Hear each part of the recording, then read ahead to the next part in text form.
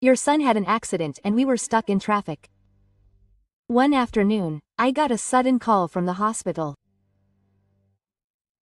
I was confused because I had no idea who it was. I don't have a son. I thought it was a prank and was about to hang up the phone, but my 4-year-old daughter stopped me. Don't hang up the phone. I was overwhelmed by her serious expression.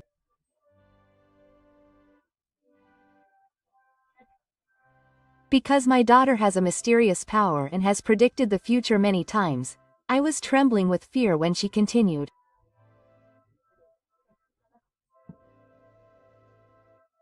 And after I somehow made my way to the hospital, I was shocked even more. I got married 5 years ago and lived with my 4-year-old daughter, Riko, and my husband, Kayasuka, while working as a translator. He worked at an advertising agency and was often away from home because he was often away on business. My parents were so-called landowners who owned multiple plots of land in the local area and ran a real estate business.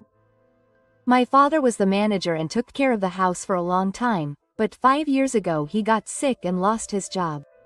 After that, my mother handed over the management rights to my father's younger brother, who was the vice president, and I lived a wealthy life with my inheritance. My mother has always been someone who has been meddling in things, and I have had a hard time dealing with her. I didn't like being interfered with, so after I left home to go to college, I lived without much contact with my parents. I only returned once to announce my marriage, and since then, I have kept my contact to a minimum. I had intended to keep a reasonable distance, but things didn't go the way I wanted. A while after we got married, I gradually confessed to Kayasuka about my relationship with my mother. Even when I was in high school, the word 6 o'clock was used. I had to always report where I was going and who I was going to hang out with. She also interfered with my club activities and study methods, and although I was fed up with it, she told me she was just worried about me being early, so I couldn't strongly rebel. I tried my best to convey those painful memories, even though I was sometimes at a loss for words. However, even when I told Kayasuka what was on my mind, his reaction was already decided. But you're the only mother you have. You should become a parent before something happens and you regret it. He told me so many times that I felt like my feelings were being left behind, and I sighed in my heart. Dad and the bar were good friends. One day on a holiday, a child who was playing with dolls stopped playing, looked at me and said, "You're good friends." Thinking back, my husband was definitely more concerned about my mother than me.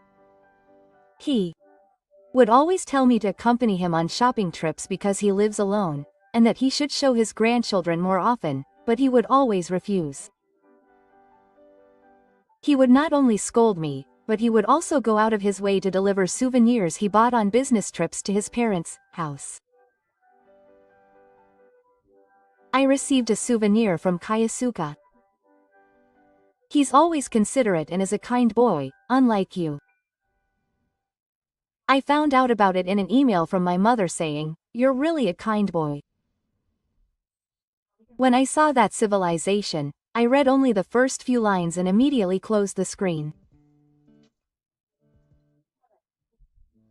Because I could understand what my mother wanted to say without reading the whole email, I didn't change my mind and tried desperately to keep my distance as before and protect my heart.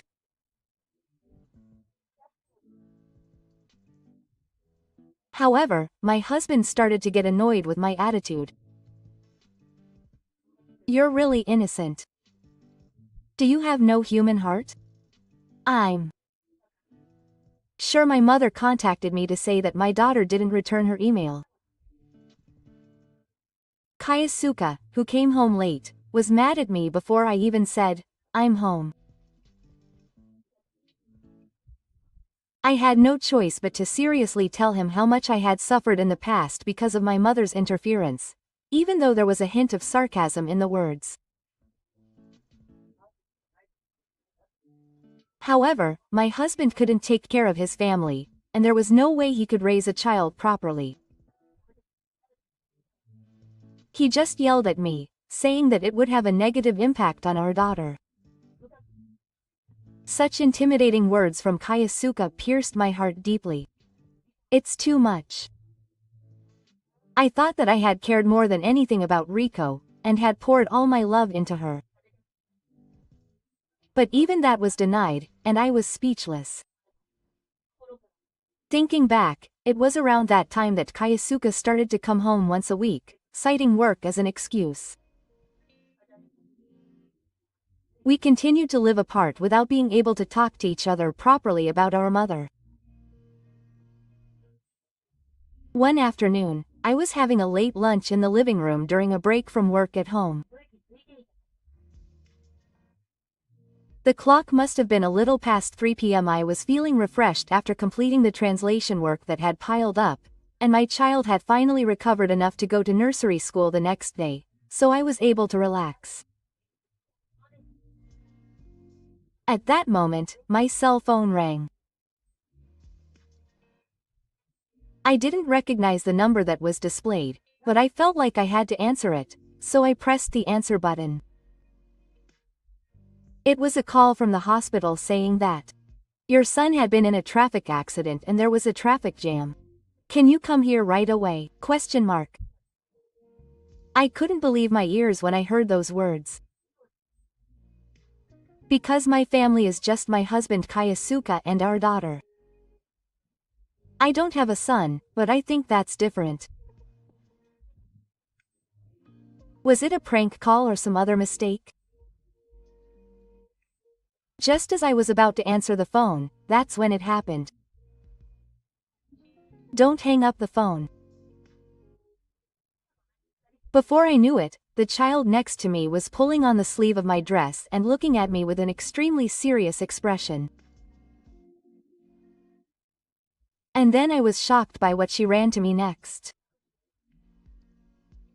In fact, Riko had a mysterious power since she was a child. One day, she told Dad that she would buy flowers, and the next day my husband really came back from a business trip with flowers.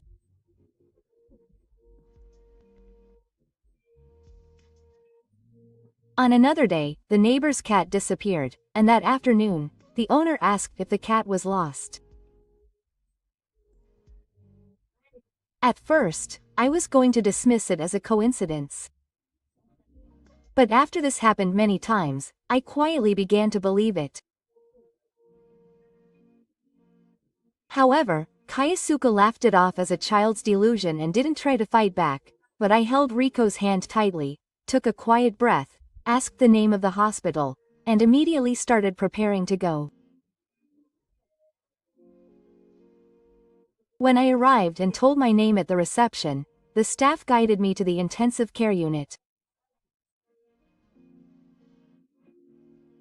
Then, when I looked into the bed from outside, there was a boy I didn't recognize at all. He was lying there quietly, unconscious, tied to predators and machines. When I asked the nurse in charge why she had contacted me, she handed me a small hair.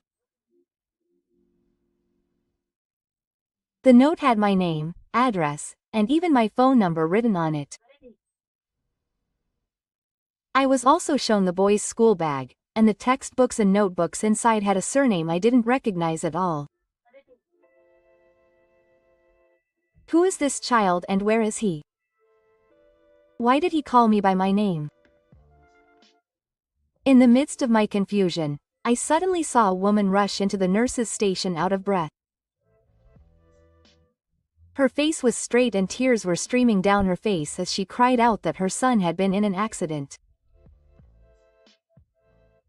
I then heard her tell the nurse the name of the boy I had seen earlier. Oh, that's the boy's mother. I just watched her silently as she was led inside by the nurse. As I was waiting in the hospital lobby for the woman to come out of the intensive care unit, she appeared. Excuse me. Can I talk to you for a moment? When I spoke to her and gave my name, she looked at me with a smug look on her face. At that time, I told her about the words of my daughter that had led me to the hospital. However, the truth that came out of the woman's mouth was far beyond my imagination. I never imagined that she had such a secret. My heart was pounding and anger was rising in my chest, so I picked up my cell phone with a firm resolve and called a certain person. 2 weeks later, on a weekday afternoon, after dropping off my daughter at the nursery school, I headed to my parents' house. I had also told my husband, Kayasuka, to come over because my mother had something important to tell him. Normally, even if I asked him to do something, he was too busy at work to take time off, but that day he rushed over right away. Mom, I met the souvenir from the other day. I heard it was important, but is there something bothering you? My mother smiled and said, "Thank you, Kayasuka, for always being kind to me on behalf of my daughter," and he replied, "I do it because I like it." But you've been deceiving me all this time. Kayasuka's face froze at my mother's words. My husband stopped moving and asked me what I was talking about, his face dragging. Moreover, there was clearly impatience in his eyes. My mother had been happily telling me by email that my husband had been good to her for a long time. Sometimes he would give me detailed instructions on asset management. He also said that he had carefully checked the location of the bank book and the money order. And my mother had completely trusted Kayasuka, saying that if anything happened, she would leave it all to him. I looked back at the emails from her that I hadn't read properly until then, and the dots started to connect in my head. The reason why Kayasuka had been visiting my parents' house so often in place of me, who had been so distant from my mother, and why he had gone out of his way to deliver souvenirs to her in between business trips. When I realized that it was all calculated to gain my mother's trust, anger and regret welled up inside me. He was planning to get close to my mother, be nice to her, and take her assets for himself. My husband shrugged his shoulders as he glared at me and said that, "Of course not. I was just going there in your place because I was worried about my mother living alone. Stop watching movies." I sighed at his attitude, which was almost like he was invading my rights. In fact, after the incident at the hospital, it was my mother that I had called. Normally I didn't want to call her myself, but at that time I felt that I had to tell her.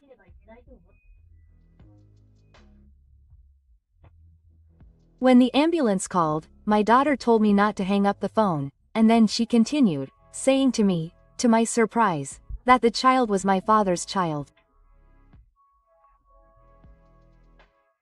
At the time, I couldn't believe it, but when I thought about my daughter's mysterious power and the fact that he had held a hair with my name and address written on it, I gradually began to think that it might be true. Then, I told my mother the facts I learned from talking to the boy's mother. "You had a relationship with a woman before you married me. Her name was Kana. I heard that you were watching Kayasuka's child at the time. When he was told that you were pregnant, he replied that he wanted to think about it for a while, and he continued to act like he was buying time. Then, shortly after that, he found out that my parents were wealthy, and he approached me while hiding Kana's existence. He kept telling Kana that he would definitely make a seat for her when his work settled down, but the number of times he contacted her and went to see her had decreased. On the other hand, he showed me a sincere face as a lover, and 6 months later, he was talking about marriage. Naturally, Kana gave birth to a boy in anticipation of his marriage, without knowing that he was married. She seemed to continue to believe that he would come to see her several times a month, and that he would fulfill his promise. About 2 months ago, he said that he would have a large amount of assets within a few years. Then he said that he would definitely get married. Yes, when I told my mother on the phone that those assets could possibly be her real estate and savings, she was quite confused. Apparently, around the same time, he had been told to leave the asset management to her. He would take care of all of her mother's needs. I told her not to let Kayasuka into the house until the matter was resolved, and my frightened mother did as she was told. My husband turned pale in an instant when my mother said quietly that she had heard everything from her daughter. He didn't seem to be able to find an excuse for that, and I didn't think he would be like that. My mother sighed deeply and said, "I was stupid to believe you." As I had been keeping my distance from my mother, my husband was trying to close the gap and do what he wanted. It's not true. My husband was frantically apologizing, saying that he really thought of my mother as his real mother, but my mother quietly turned her face away without saying a word. That gesture must have made Kayasuka nervous. I had been so kind to him up until now, but I had been putting up with it. Kayasuka's face turned red and he suddenly raised his voice. While my mother and I were at a loss for words, the reason we postponed the marriage with Na was because my parents found you rich. He said that if I can't withdraw the money, I have no need for you anymore. We could only be stunned by such shocking words. Now I can go to her without any worries.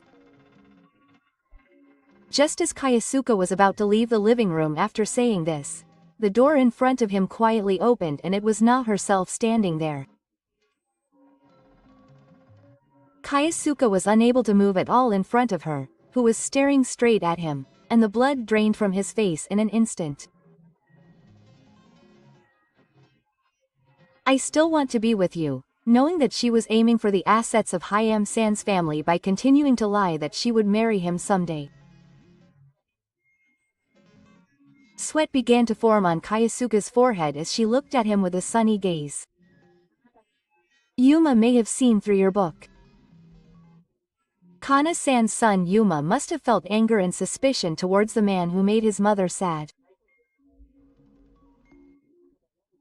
She said with a bit of sadness that Kayasuka never seemed to enjoy coming to their house and that she hadn't grown attached to him. And 2 days before Yuma's accident, she showed Kana a note. It said, "Wife Takahashi, AIM," and even had their address and phone number written on it. Yes, when I heard about it from Kana, I remembered that about a month ago I had reviewed my life insurance and filled out the paperwork to sign up for a new policy and handed it to my husband. Even though he couldn't read the difficult part, the name on it was the same as the name of the man who came to our house, so he probably realized that it belonged to a different family. Yuma took the paperwork out of my husband's hand, wrote down the address, name and phone number and put it back. I was shocked to find out that Kayasuka was married. But I never thought that Yuma would try to go to his wife's house, so I don't know what he was trying to bring to my house. And on the way there, he got into a traffic accident and was taken to the hospital unconscious in a traffic jam. And it's ironic that the hair that Yuma had was the trigger for him to contact me.